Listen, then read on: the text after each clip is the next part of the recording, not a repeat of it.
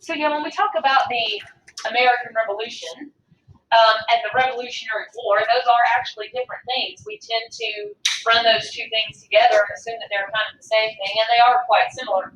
But the American Revolution, refers to that whole phenomenon of the colonies separating from Britain and establishing themselves as their own country. It refers to the ideas that that's based on about, consent of the governed and overthrowing a government that is not looking out for the interests of the people and all those things. All of that encompasses the American Revolution, whereas the Revolutionary War, you're just talking about the fighting.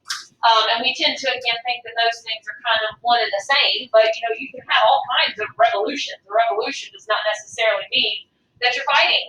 Revolutions can be revolutions of ideas, and in many ways, the Revolutionary War, or the War for Independence, was a revolution of ideas. It wasn't just, we want to separate from this government just because, but it was, based on idealism that was extremely different from, their British counterparts, this anti-monarchy, anti-old world, and kind of this new Enlightenment-based sort of view. Having said that, though, we are going to be looking today primarily at the battlefield. Now, obviously, this is a struggle that goes on for years, and it's, you could spend the whole year just talking about the Revolutionary War or the War for Independence. There are plenty of historians and scholars that do that. Obviously, we don't have the time to do that, so we're going to be condensing many years of fighting into just a little bit here, and we are going to just look at a small handful of battles, particularly significant ones out of the hundreds that we can choose from. So just realize that there is a lot more to this than we are able to talk about and able to discuss. We are just picking some of the high points to kind of get the overall outline of what exactly happens. And the other thing is, like I've said a couple of times, we kind of operate under the notion that, you all are preparing for the distinct possibility of taking AP history next year. AP history does not ask about military history. They just don't ask about those kinds of things. They'll be interested in causes of wars and effects of wars and things like that, and how they change things and how they affect society, but they'll never ask you about, like, how many troops here and why is this battle important, all that kind of stuff, which I know disappoints a lot of people. For a lot of people, that's what they like. So I'll try to include a little bit of that, but that is not the kind of stuff that we emphasize the most. It's not going to be so much whenever we talk about battles, whether it's this war or Civil War or any of them. What will be important for you is never going to be, how many troops went this way and how many troops went that way and how long did the fight last and how many people were wounded and that sort of thing. It will mostly be, why is that particular battle important in the grand scheme of things. That's what you need to be focused on more than anything else. But we're going to start today, before we look at some of the specific battles that we need to talk about, we're going to just do a little comparison here of the two sides, of the American side, or colonists, or Continental Army, or whatever we're going to call them, versus the British, talking about some of their strengths and their weaknesses, their advantages and their disadvantages. And a lot of this is probably going to be obvious. A lot of this you probably can just assume from what you know about the American colonists and about the British. So a lot of it's not going to be brand new news to you. So we're going to start with colonial disadvantages. And by colonial, of course, that means which side? That means the American side. And you want to say that, you can, because, I guess after independence, they're no longer colonists from our perspective. So this is the American side. Disadvantages, things that work against them. What do you guess before we start listing a bunch of things? What are some things you want to throw out there? Yep, outnumbered. Supplies, they don't have as many of those. Anything else you think of? Those are really the big ones. So absolutely, those are probably two of the most glaring disadvantages, and they are pretty significant disadvantages. The fact that they are way outnumbered, that there are far more British people than there are colonists. And, that's true of this overall population, but it's certainly true of the military as well. And there's not going to be very many engagements where the American colonists have the advantage of size. Sometimes they might, if they play it right. But they are a whole lot smaller and, are usually going to be outnumbered. Supplies, they don't have near the amount of supplies, the ammunition, the weapons, all those kinds of things uniforms, shoes, all that kind of stuff, the British are typically going to be much better equipped than they are, and not always, but most of the time. What about their abilities, their skills? Yes. They are less trained. That's absolutely true. That's a big disadvantage for the colonists as well, is that they lack the formal training that the British military happens to have. These, for the most part, are people who were not professional soldiers. They were not people with prior military experience outside of, being involved in their local militia or something like that. So these are people that are undisciplined, that are not used to military life.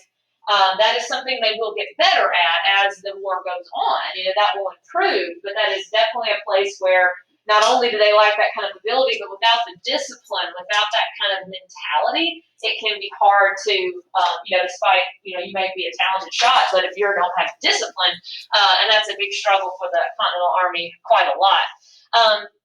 Money. They certainly don't have the funding. The financial situation is far more precarious, and that they just simply, wars are expensive. We mentioned the supplies and all those things. Well, you got to have money in order to get those supplies, and that's going to be a big challenge for American leaders, is to secure the finances. They're going to have to get loans and things like that, and they're a little baby country trying to prove that they're a real country, so it's kind of hard to get countries or banks with the money to loan it to them. So they are going to be outnumbered. They are going to be outgunned a lot. They have a lot of catching up to do as far as their military abilities and their skills, and they have a financial disadvantage. However, we can probably guess that there are some things that the American side has going for them. Some things where they may be in a little bit better of a situation than their British counterparts.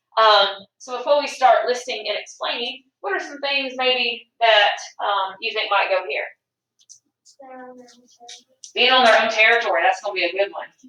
Geography, yes. Again, that kind of goes along with them being on their own land. And that is probably one of their biggest advantages, is that they are fighting on their own territory. They have what we might call the home field advantage. And that's an advantage for a number of reasons. One is familiarity. You know where you are, where the roads go, the best places to hide, what's not a very passable area.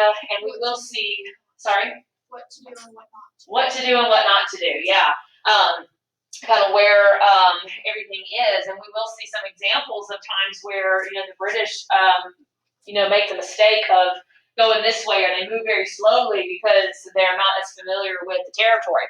That also provides an advantage in a psychological sense. It's not just a logistical one of I know where I am, but how would fighting on their own land kind of provide like a psychological edge?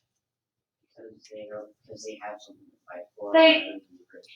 Absolutely. They kind of have more something to fight for, don't they? There is this defense mentality that they are defending their home, that they are defending something that's important to them, that the stakes just feel a lot higher to them. This is these are their towns, these are their farms, these are their families that they feel they are protecting from invasion.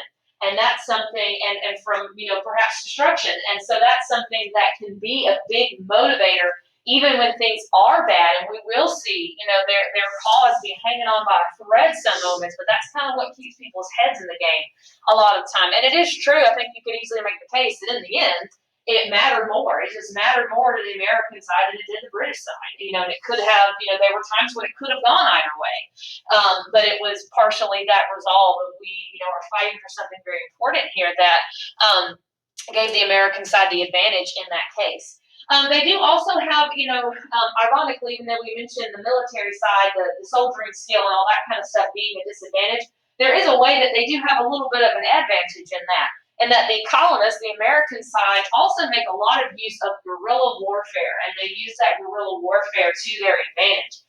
Now, in this case, we talk about guerrilla warfare. We don't mean guerrilla like the animal. What do we mean by guerrilla warfare? What does that include? Yes? So it's like breaking all the rules of the fight. So like hiding in a concealed pit, and then, attacking from behind, being in trees and stuff. Yeah, it's not fighting by the rules. It's not the textbook kind of stuff. It's the ambushes, the quick little hit and run things, the popping out from behind a tree, doing some damage against a British column when they're not expecting it, and then disappearing before they even have time to react. Lots of sniping. Yeah, stuff like snipers and that kind of stuff, which both sides could employ those. That's what we saw, when the fighting first broke out at Lexington and Concord, how we talked about how the retreat back, how the colonists were along the road and they were shooting and, picking off British soldiers as they retreated back, and actually inflicted more casualties on them that way than they did in the original fight. That's guerrilla warfare. That's an example of that. And that is something that the American colonists tended to do very well, and something that the British Army never was able to quite get a handle on. It's very difficult to. That's the whole idea, isn't it? It's hard to fight an enemy that you can't see, and so they use that to their advantage whenever they can. It's something that's an instance where being outnumbered may not, if you plan it right, that may actually work to your advantage, because it means they can get in, get out, and just kind of continue harassing British soldiers. And that, for a large portion of it, in many cases, that is the colonist strategy. They know they don't have the ability to defeat the British Army head on. They know it would be ridiculous and suicidal, perhaps, to go and just attack them, in the traditional sense. So that is their plan, is to use these guerrilla tactics, as much as they can, inflict damage, and essentially just kind of, annoy is not strong enough of a word, but wear them out, eventually wear the British out to where they get so tired of all of that they'll eventually give up. It's not about totally destroying them, but about harassing them to a point where they will see it as just, not worth it anymore. And that's, kind of what happens, about halfway what happens. So the colonists do have this advantage of being on their own turf, as we might say, having both that psychological and logistical advantage there, but also the use of those guerrilla tactics. And those are the kinds of things that can increase their morale and kind of keep them in it, even when they're not doing well in the grand scheme of things. Those little smaller engagements and those guerrilla tactics can really kind of keep their heads in the game. All right. Now, as far as the British side, and much of this is going to be the reverse. A lot of this, if it's a colonial advantage, it may be a British disadvantage, and the other way around.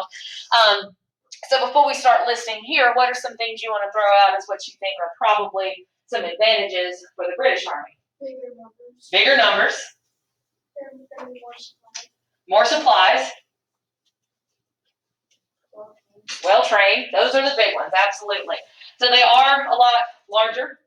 As far as overall population, this is not military personnel, but there's probably about 2 or 2.5 million people in the colonies. Again, not all of those are soldiers, but versus 10 or 11 million in Britain. Again, not all of them are soldiers, but you can see how they're going to have that advantage of numbers. Much better supplied. They have more sophisticated weapons. They have more modern things. They have the uniforms. They have shoes. All that kind of stuff are things that they will not struggle with in the same way the colonists do. Money. They're going to be far better financed. Not to say it's not tricky, and not to say they're just rolling in money, because they're not. They will have to get creative with the finances, but they do have more of it. And training was mentioned. These are professional soldiers, and not just any. Some of you may remember from world history, or just know that at this point in time, the British Army was probably the best on earth, and they knew that. That was probably the best equipped, the most skilled, the most powerful military on earth. And the Navy, certainly the most powerful Navy on earth. And they have that at their disposal, whereas the colonists are going to have to build a Navy from the ground up, which is going to be pretty difficult to compete with the likes of Britain. So they definitely have the advantage, certainly on paper, of being stronger, of being better trained, of being more disciplined, and just having that military edge. It's one of those things that you look at it on paper and it seems like this should be no contest. That's one of the reasons why a lot of colonists, didn't want this to turn into a war. They looked at the British military and thought we'd be foolish to try to fight them. Before I get to the disadvantages, Hessians. I mentioned the greater numbers. Another thing that the British have at their disposal, and this is partially because they have more money, is they also have they employ the use of people called Hessians. Hessians are German mercenaries. These were German mercenaries. Who are mercenaries, or what are mercenaries? What does that mean? Are they like assassins? They could be. They could be. People who In this case, they fought in the war solely for money. Yeah, they're guns for hire, basically. They're being paid. They were, just signed on and are being basically employed to help fight. And there's probably about maybe about 30,000 or so Hessian forces in the colonies or in America that were fighting on the British side. But they're paid guns. So they have that assistance as well, the hired soldiers, which colonists won't be able to do that. However, all of this does come with disadvantages, and some of these advantages even are kind of, double-sided. There's kind of another side to it, sort of double-edged swords in some cases. What are some things you think are disadvantages for them? They have to pay the Hessians. There's the financial thing is this is going to be expensive, and that is something that will eventually weigh on them, and that will be something that as the war goes on, British leaders as well as British people will go, is this worth it? We're just draining all of our finances to pay for all of this. Why do we even care? Not only do the soldiers not have they don't have a real drive to fight the colonists. They're not fighting for anything, but the Hessians have even less of a fighting drive because if they see that they're losing too many people, they'll just leave. Yeah, they can just quit, up and quit, can't they? But that's a very good point you make about they don't have the motivation. The motivation is not there as much, and certainly as time goes on, that motivation is going to fade because for British soldiers, they're doing a job, and I don't mean to say they're being lazy about it, or they're just like, oh, who cares about this? But they're not as personally invested in it the way that the American side was. And if that is, in the end, some might argue what it comes down to. It ends up, like I've already said, mattering more to the American side than it did to the British side. So they kind of lack that personal motivation and that, other than doing a duty. And, the colonies were a valuable possession, that's for sure. But you see what I mean about it wasn't their home that was literally at risk there. Unfamiliar territory. Unfamiliarity with territory, yes. Big one will be unfamiliarity with territory. They don't know the layout of the land very well. They don't know where all the roads go into towns and all this kind of stuff. And particularly when you get away from, major towns and cities and get out into that more wildernessy kind of area, they will be, kind of fighting blind in some cases. And we will talk about some instances in which, the British Army had so many advantages, but they're unable to really utilize those advantages because they move slowly and they get confused and they just sort of blunder their movements, and that causes them to miss a lot of opportunities and fail to execute some probably very well laid plans. Yes. I know a pretty big disadvantage. The British people, the British Army, had drummers to keep people in march. So combined with the colonist guerrilla warfare, it's just like a very loud red flag that they know where they're coming. It's pretty easy to see them coming, which typically, armies in these days, any kind of formal army, that's just how they did things. They were easy to spot, and also that size. We talked about their size being an advantage.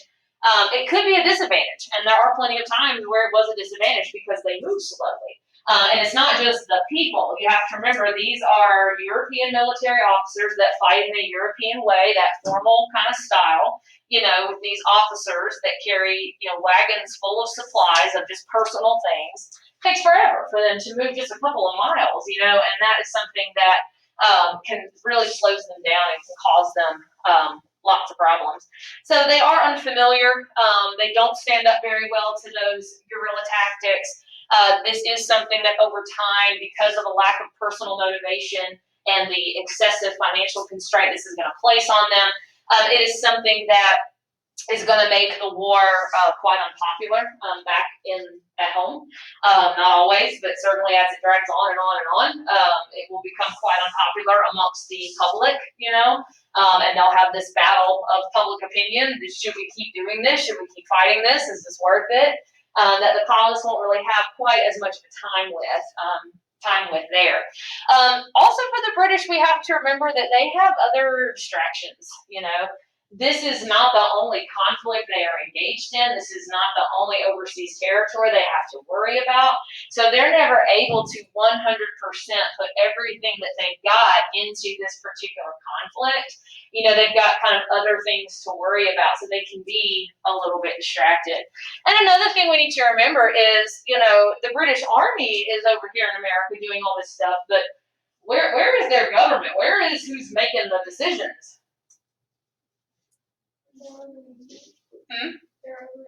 In London, you know, thousands of miles away. So there's no, you know, their central nerve center, as it were, is thousands of miles away. And so when, you know, the people in the highest of command give orders to this general over here in New York or wherever, well, it's probably been a month or more since, you know, those orders came. The situation has probably changed. And so they can get real disorganized. You know, oftentimes their information can be out of date. So there's a disconnect between the action that's actually taking place and where the higher decisions are actually being made. So things can be kind of slow in that sense. You know, and overall for the British leadership and for the British public, you know, this is a conflict that is thousands of miles away. And so that can make information logistically difficult to transfer. And it is also something, as I've already kind of said, whereas the British public, this is a conflict that's thousands of miles away. It's something that they just eventually won't support because it's too distant from them. You know, they just don't see the benefit of it. They don't see the advantage of being involved in it other than hanging on to those colonies, which many of them just felt it wasn't worth it eventually after a certain point. So we will see a lot of those advantages and disadvantages play out as we look at these just handful of battles that we want to discuss. So we're going to move now to a couple of important battles and campaigns of the war. Now the last one that we talked about was Bunker Hill. So let's sort of remind ourselves of where we were, and then fast forward to where we're starting today, which is more than a year later. So we had Bunker Hill in June of 1775. That was prior to independence even being declared. Now, at that point, remember that the British were focusing all of their attention on Boston. And in their mind, everything was happening in Boston. That's really where the rebellion was taking place. And if they could, you know, weed out things in Boston, they could weed it out everywhere. Well, after the success of the colonists at Bunker Hill, remember that's when the king declares them in rebellion. And so then the British strategy changes. So as we move into 1776, the British strategy has changed. They have now moved the war to the middle colonies. So they're no longer focusing on New England. They're no longer focusing on Boston. They're actually going to withdraw from the Boston area after that. And they're going to move the fight and take it to the middle colonies. Now, which ones are the middle colonies? Give me some examples. Philadelphia and Pennsylvania. Is it New Jersey or is that? New Jersey is a middle colony. Yeah. New York, yes, those places.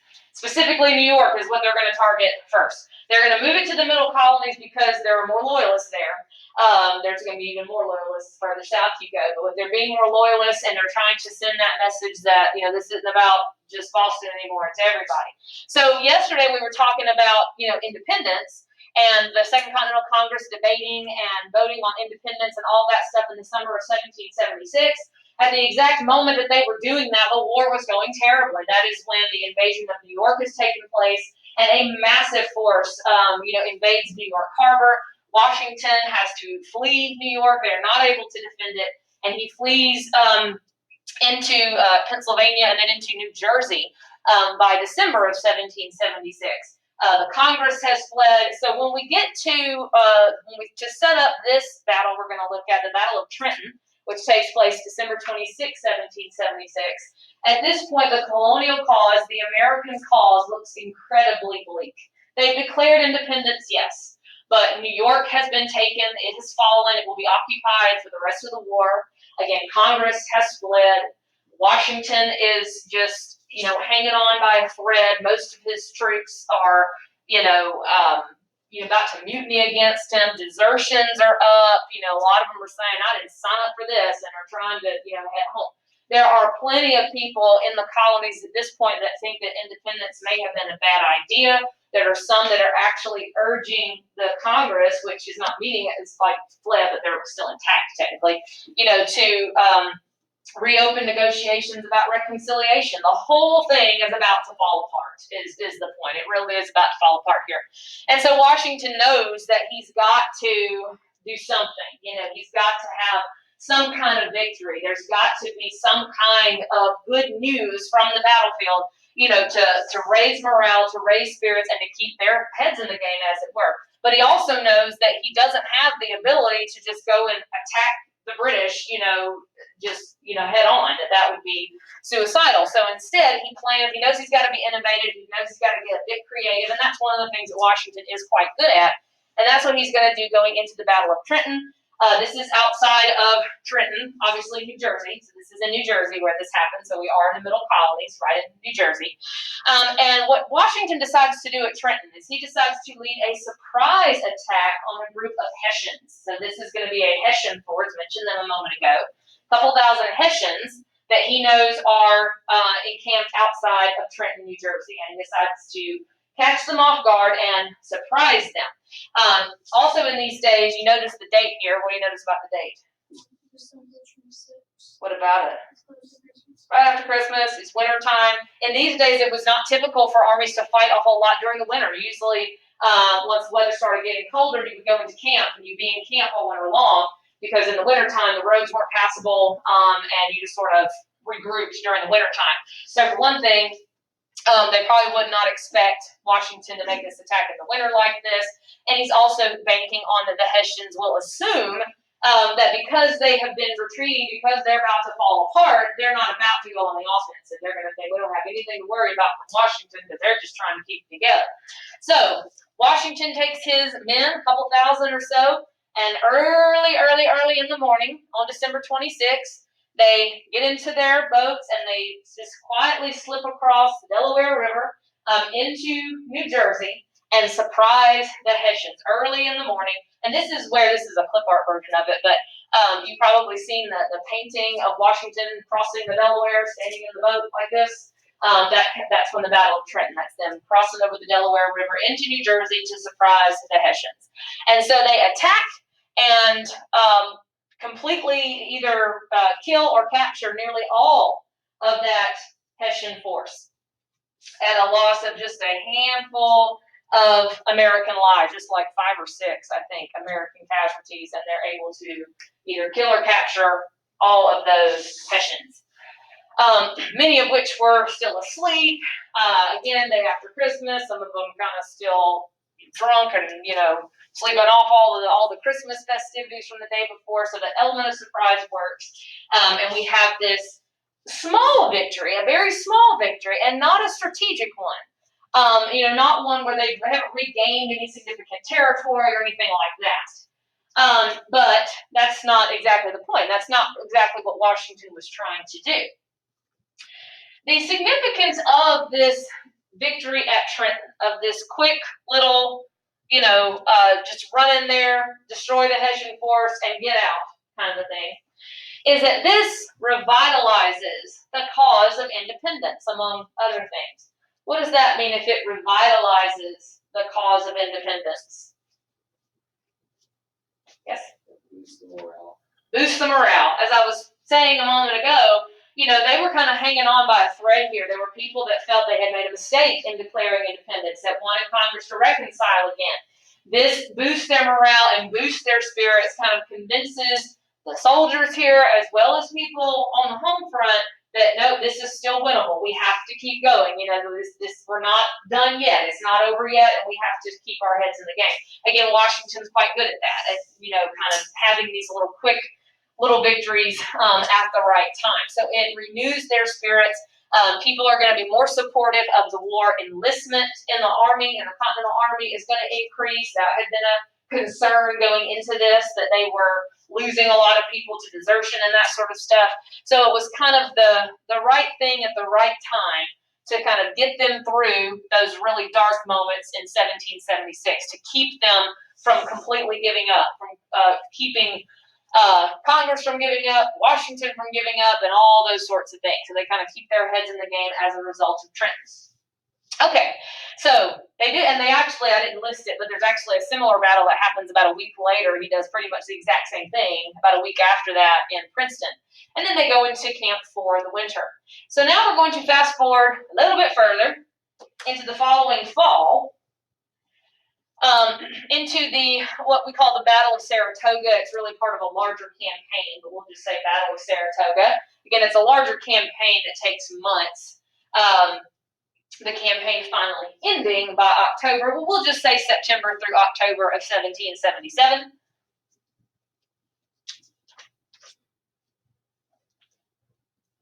And Saratoga, this is in New York, okay, New York State. So this is in New York, so we're still in the middle colonies. So the British have moved after 1775.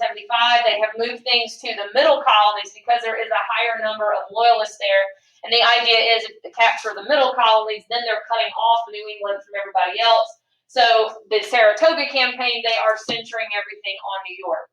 Now, this is one of those situations where the British have the kind of the textbook advantage. If you looked at it on paper, they have every reason why they ought to win. They have this elaborate strategy, which you don't need to necessarily have to know the details of.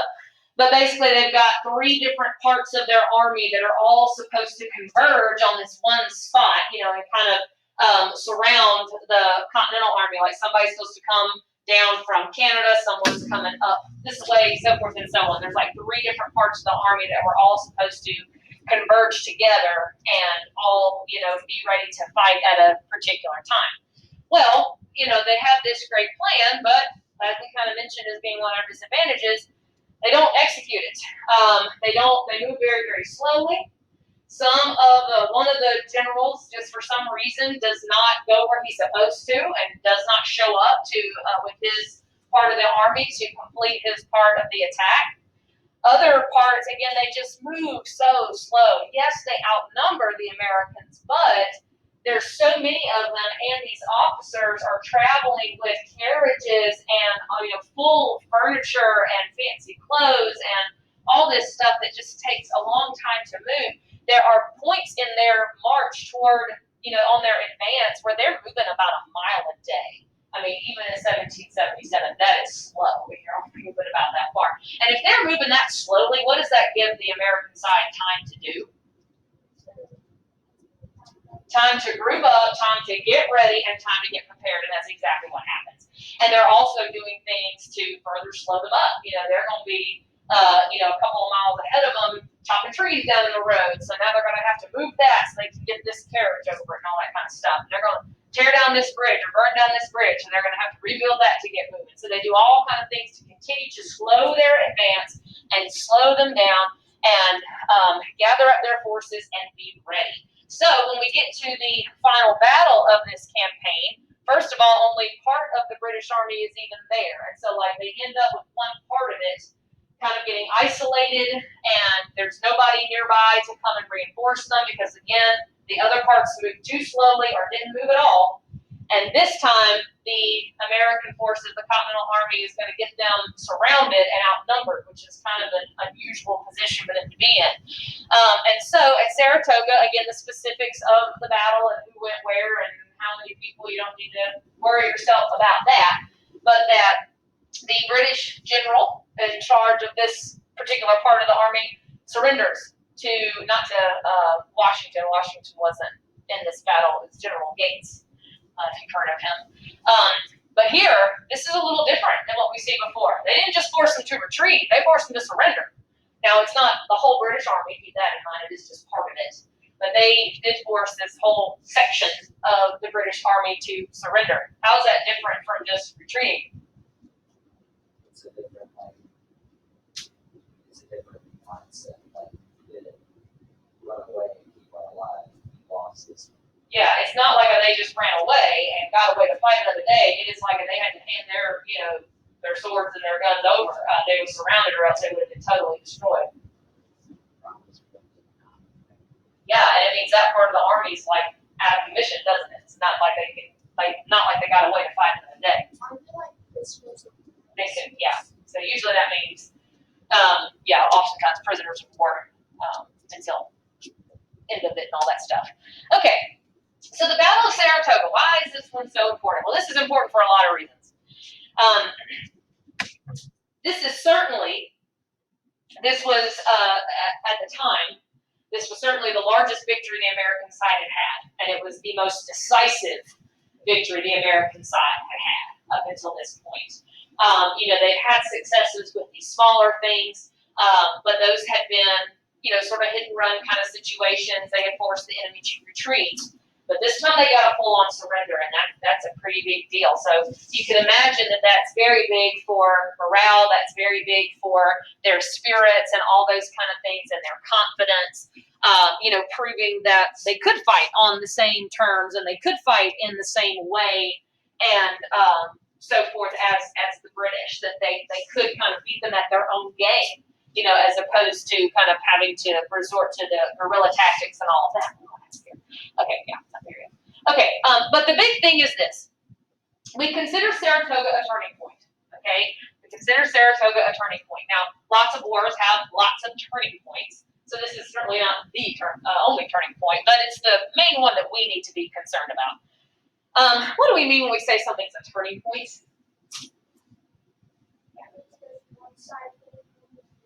Yeah, it kind of means that the tide kind of shifts at this point. And we tend to overgeneralize and think that, that means that the Americans win everywhere from here on. No, they don't. But something changes. This brings about some kind of a change that's going to work in somebody's favor and against somebody else. And here's the change. The reason this is a turning point is because this is when the French come in. Saratoga is what the American victory at Saratoga is what prompts the French to enter the conflict on the American side. The Americans have long known that they are probably going to need assistance from another powerful European country in order to be successful. Not only do they need the money, they know they need the supplies, they need the extra troops, all those kind of things. And they had been hoping and France has kind of been flirting with them about that for a while. Not because France just loves America necessarily, but who does France hate? They hate Britain. They've been, mortal enemies with Britain for a long time. And they'd love to see Britain lose their colonies. So that's why they're kind of interested and have been kind of interested. They had been secretly sending money and some supplies and things like that, but all of that unofficial. But they had stopped short of a full alliance because they didn't want to get involved in a war that wasn't winnable. They weren't going to do that if it looked like the American colonists were not going to win. So they have been waiting for a more decisive victory. They have been waiting for the American side to kind of prove that this was winnable, and they do that at Saratoga. So at Saratoga, after that, then the French felt more comfortable with that. There were already American diplomats in France that were negotiating things. And so two things will happen here. One is that France is going to recognize American independence. What does that mean if they recognize American independence? Yes? They recognize that America is its own country, not a part of Britain. Yes, they are recognizing the United States of America as an official nation, as its own independent nation, not as colonies of Britain. And that is huge. We can declare ourselves independent all the live long day, but if another country does not recognize that and extend what we would call diplomatic relations, government to government, that it's not really worth all that much in the world, and so that's a big deal that a powerful nation like France has recognized that. It's going to be a lot harder for Britain to say, look at our colonies, they're rebelling against us, when you've got a powerful country like France that's recognizing the United States as a true government. And the second thing is an alliance, including a military alliance. So this means that the French will soon start sending troops, supplies, money, eventually their navy, all of those things which are going to be incredibly important. Now, unfortunately, all that takes a while to get there. It's not going to happen immediately. It will take a little more than a year, actually, to start seeing some of those things show up. But that's definitely good for morale, just knowing that that's happening, and that it's certainly going to be more than helpful. And I think you can easily make the case that the war would have turned out a lot differently had the French not gotten involved. So Saratoga is a major turning point because that is where the French come in. Now, this high point, this euphoria at having had this major victory at Saratoga, and then the excitement and probably the high morale after knowing the French are coming in, it's actually followed by one of the low points for the Continental Army, one of the worst moments for Washington's army. And that is the winter that they spend at Valley Forge, the winter of 1777 through early 1778. So not long after Saratoga. Remember I said earlier that usually in these days armies would kind of go into camp for the winter time. Valley Forge was in Pennsylvania. Okay, Valley Forge in Pennsylvania is where they head for the winter. And this is where truly those supply shortages and things like that really almost get the better of them, or do get the better of a lot of them. Valley Forge, again, it's not a camp, it's not a battle. This is where they're spending that winter. And this, like I said, is probably one of the low points. A lot of you probably heard about and studied Valley Forge before. That this was a time of intense suffering for Washington's army, because it was an extremely cold winter there in Pennsylvania. Very high snows, cold winds, below freezing temperatures. And what kind of problems do we know this army already had without the elements on top of it? Yeah, low supplies. So we've got these freezing temperatures and lots of snow amongst people that don't have proper equipment. Many of them don't even have shoes. They don't have tents, they don't have warm blankets, any of that kind of stuff. And so people are going to be freezing to death. Disease, disease, even without all the, nasty weather on top of it, disease in these military camps ran rampant anyway. Because things were unsanitary and you're putting all those people together in those tight spaces and all kinds of stuff. About 2,500 or so of Washington's men die at Valley Forge, and this wasn't even a battle. And they certainly weren't in a place where they could lose 2,500 people, but 2,500 or so die of disease, starved to death, freezing to death. There are stories of people eating bark off of trees, trying to eat the leather from their shoes, different things like that, just to stay alive. There were days where there was only a handful of people that were even well enough to perform any kind of duty. There were days where multiple, I think as many as maybe about 50 officers a day resigning and people deserting and just storming out and all that kind of stuff. So this was very, of course, damaging, not just for their numbers, but for morale and all those kind of things. However, there is kind of a brighter side to it. There is kind of a silver lining in the end, if you want to call it that.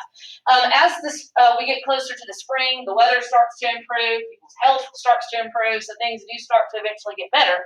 And the other thing that eventually happens at Valley Forge that actually kind of starts to turn things around is at Valley Forge, this is where Washington is going to get some help from some European military officers. This is before a lot of ground troops are coming in, but there were some European military officers, French, Prussian, that joined Washington at Valley Forge to help train the troops. And so they did start an intensive training program that turned out to be very effective. And what would these European military officers be able to teach these men that maybe Washington, not that he couldn't teach it, but they might have a little bit more insight into? Tactics.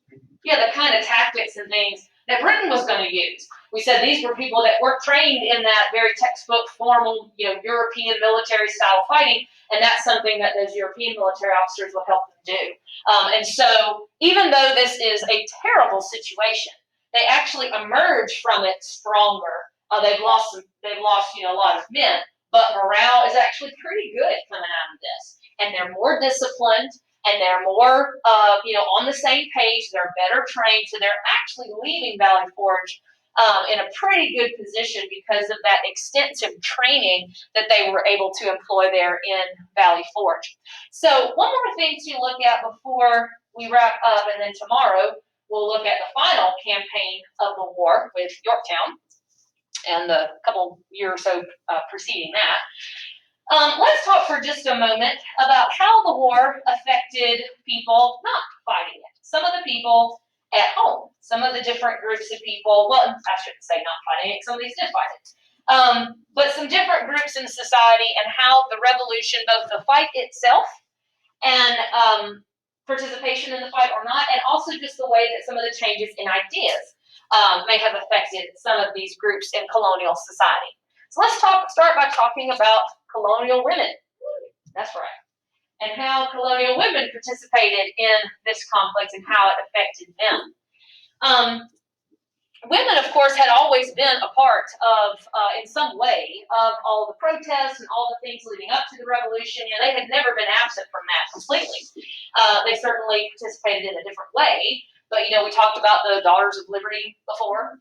And so many women are involved in this, but certainly in, you know, what would have been seen as a more gender-appropriate role, in a traditional role of gathering supplies and, you know, making uniforms and different things like that, using their, when they were sewing and stuff like that, but using those efforts to support the war in some kind of a way. So all of those kind of things continue.